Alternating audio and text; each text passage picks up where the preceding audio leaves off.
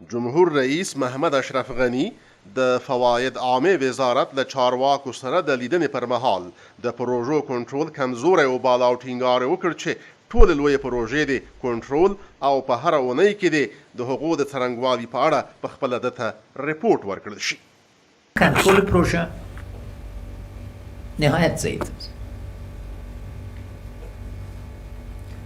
راپورها مقطعی است. راپورها وقتی میاد که یک بحران ایجاد شد. بعد از این سر میز ما باید هفته‌وار راپور پروژه بزرگ باشه. در مرحله اول بعد از اون میریم به راپورهای یک ماه. ما قطعا بدبختانه نتانستیم ملامتی رو پوشش نمیگردیم. تنها زغوارم مشکلات بند را چه حلی کن. ما مدیریت پروژه رو ایجاد نکرد. از پیشتان راپورای منسجم می که همه وزارت‌های سکتوری به یک چارچوب واضح راپوردی پروژه برسن که حرف ده چیز. جمهور رئیس وویل چې د فواید عامه وزارت باید په سلو کې 90% تخنیکی او 10% اداري واوسي ترڅو خپل اصلي تخنیکی دندې په ګټور ډول ترسره کړای شي. جمهور رئیس محمد اشرف غنی د فواید عامه وزارت چارواکو ته ډاډ ورکړ چې د دغه وزارت د پیاوړتیا لپاره چې هر ډول امکاناتو او پانګې اچونې ته اړتیا وي دی به یې ورته مهیا کړي.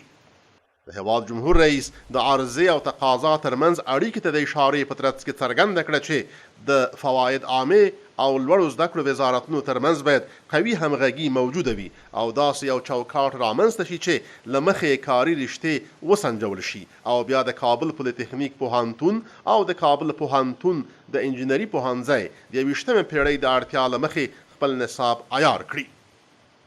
جمهور رئیس ټینګار وکړ چې افغانستان باید د دغه کلیدي وزارت له لارې ثروت ترلاسه کړي چې د دغه کار لپاره د سړک جوړونې د څرګندو ستندردونو موجودیت ته اړتیا ده. جمهور رئیس محمد اشرف غنی ټینګار وکړ چې موږ باید د پروژو د پلان جوړونې، ډیزاین او عملي کولو په برخه کې پر نورو باندې له اتکا کولو څخه راووځو. پروژه سازی و پروگرام سازی به صورت بنیادی سرش در افغانستان فکر نشد. ما میخوایم که ما به صورت بنیادی از حالت وابستگی برای پلان، دیزاین و عملی کردن پروژه براییم. در این حالت فعلی افغانستان حداقل 100 سال آینده زیربنا میسازه، اما اینطور رفتار میکنیم که زیربنا رو بر 6 ماه میسازیم.